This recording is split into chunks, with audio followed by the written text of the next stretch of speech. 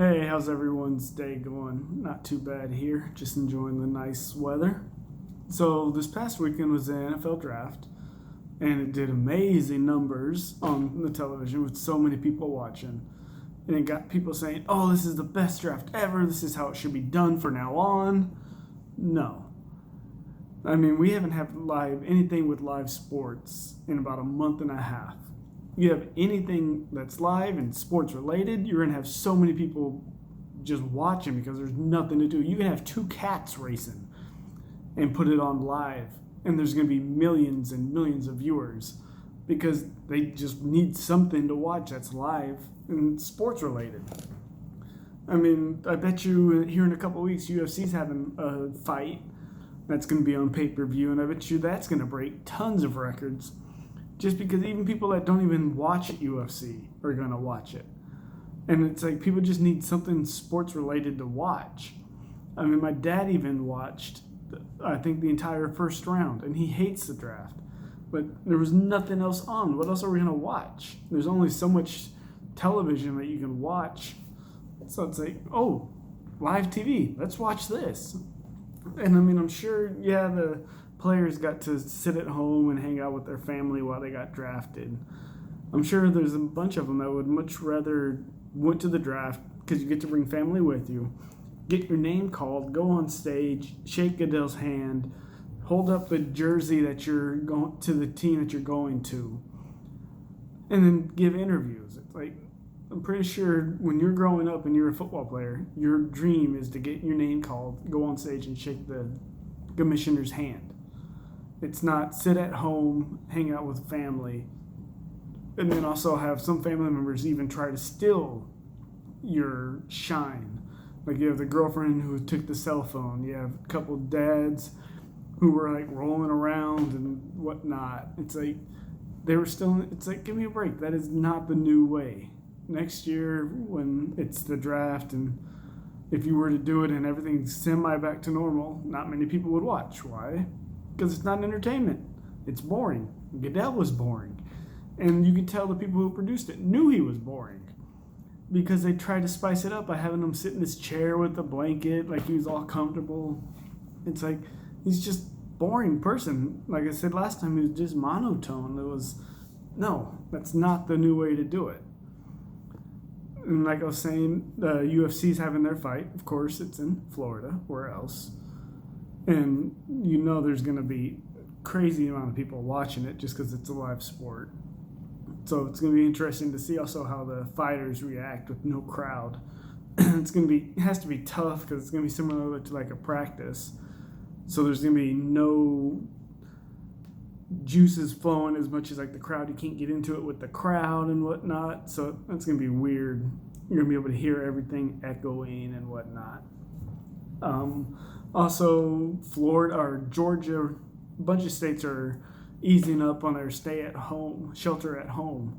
So the NBA said, oh, those states that eased up on the shelter at home, those NBA teams can now go to their practice facilities, and those players can shoot around, whatnot, get back in shape. And to me, that doesn't seem fair.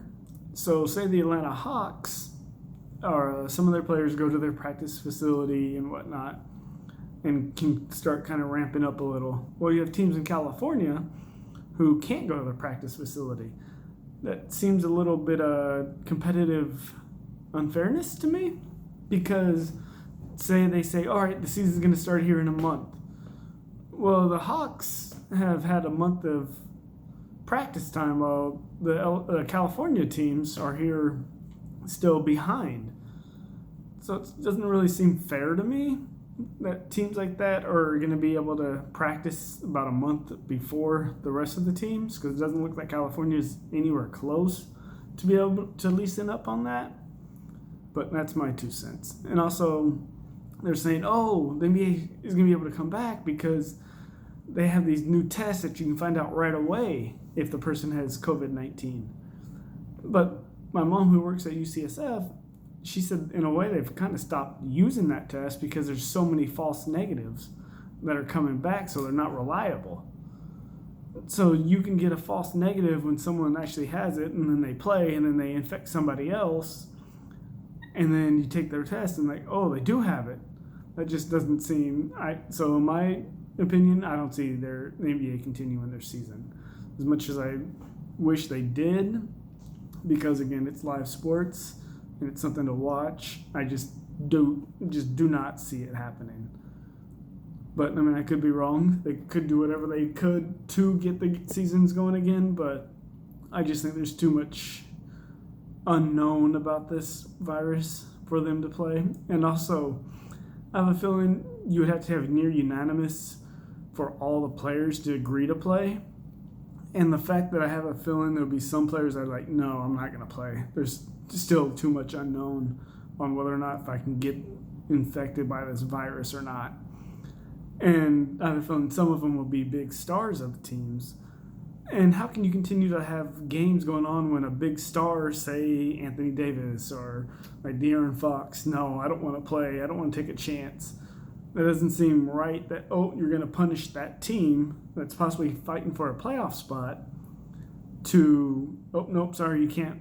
Sorry, you have to play, but you're not going to have this player because he's afraid he's going to get sick. So you got to go on without him. And also, I mean, they're going to be losing money based on that because, oh, they're not watching? Nah, I'm good. That's kind of similar to when baseball went on strike and they had the scab players. They thought, oh, it's baseball, people will watch.